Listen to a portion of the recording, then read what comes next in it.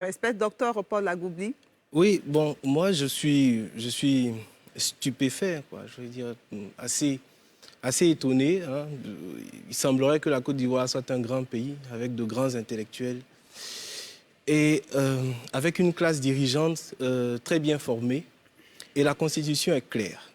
Elle dit que le président de la République, article 55 nouveau, nomme le vice-président avec l'accord, n'est-ce pas, du Parlement.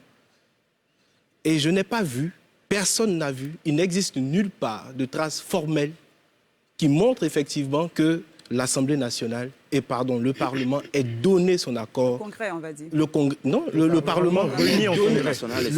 Parlement ait donné son accord. Or, c'est demandé de façon expresse dans la Constitution. On ne peut pas prétexter d'un vide sur la question, d'un silence de la Constitution sur cette question, parce que regardez même l'énoncé. Regardez l'énoncé. Regardez le champ lexical qui annonce cette nomination. Le président de la République fait un propos qui ressemble à une sorte de charade, c'est une devinette. Est-ce que vous avez deviné? Puis il annonce, effectivement, mon choix s'est porté sur. À quel moment intervient la réponse formelle du Parlement? À aucun moment. Donc, on ne peut pas dire de cette séquence, effectivement, que le Parlement ait marqué son accord pour la nomination du vice-président.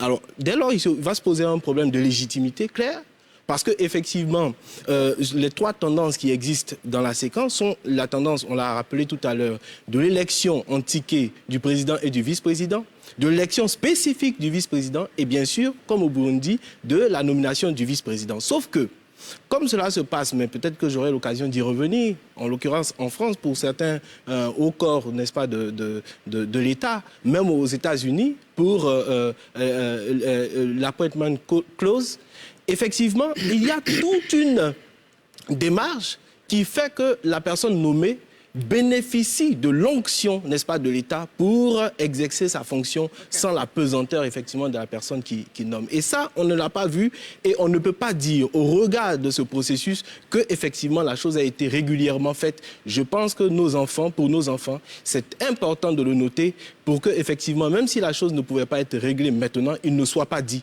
que personne dans cet État, dans ce pays, n'ait relevé qu'une chose aussi grave s'est passée.